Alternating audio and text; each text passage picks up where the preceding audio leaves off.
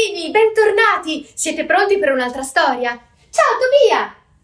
Tobia, ma ti sei mascherato da coccinella? Come sei bello, come sei elegante, come sei vanitoso! Sì, Tobia è vanitoso proprio come l'imperatore, a cui piacevano i vestiti. Vi racconterò la fiaba dei vestiti nuovi dell'imperatore. Che cosa successe? Successe che un giorno andarono a bussare al castello dell'imperatore di questo famosissimo regno lontano. Bussarono due personaggi, che erano due personaggi un po' particolari, perché loro dicevano di essere dei sarti meravigliosi, fantastici, stupendi, invece in realtà erano due furfanti. Hai capito, Tobia? Erano due furfanti.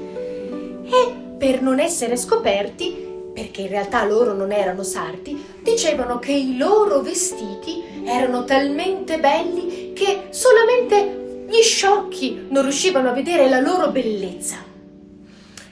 E così cominciarono a chiedere tanto oro e tanto argento al re per avere i soldi per comprare i materiali e il telaio e i tessuti e tutto quanto per i loro vestiti.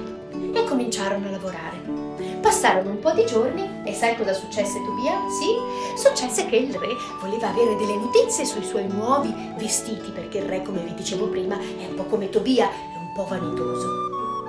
E allora mandò il suo ciambellano. Non ho detto ciambellone, ho detto ciambellano, Tobia, mi raccomando, Mandò il suo ciambellano a vedere come stavano andando i lavori dei vestiti.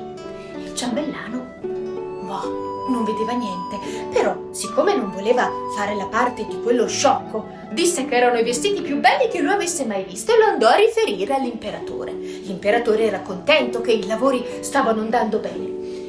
E così i giorni passarono e arrivò il giorno in cui c'era la parata e quindi l'imperatore avrebbe dovuto indossare i suoi fantastici vestiti nuovi. Andò dai due sarti e si spogliò, rimase tutto nudo e si fece vestire. In realtà l'imperatore si accorse che loro gli stavano mettendo addosso un bel niente, perché in realtà, come vi dicevo prima, erano due furfanti, quindi non stavano facendo assolutamente niente e vestirono l'imperatore di aria.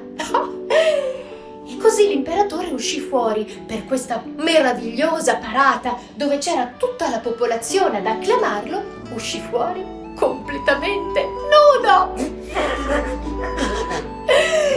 Ma siccome anche la gente sapeva che solamente gli sciocchi non vedevano i vestiti nuovi dell'imperatore, cominciarono a dire: "Ah, bello, bellissimo", ad applaudire, ad acclamare l'imperatore e a festeggiarlo. Ma un bambino invece cominciò a dire: "Ma l'imperatore è nudo, l'imperatore è nudo, l'imperatore è nudo", e tutti gli andarono dietro dicendo: "È vero, l'imperatore è nudo, hai capito, Tobia? L'imperatore è nudo". L'imperatore si vergogna moltissimo, però da bravo imperatore portò a termine la sua sfilata, in mezzo a tutti quanti, fiero ed orgoglioso, a sfilare nudo come mamma l'aveva fatto.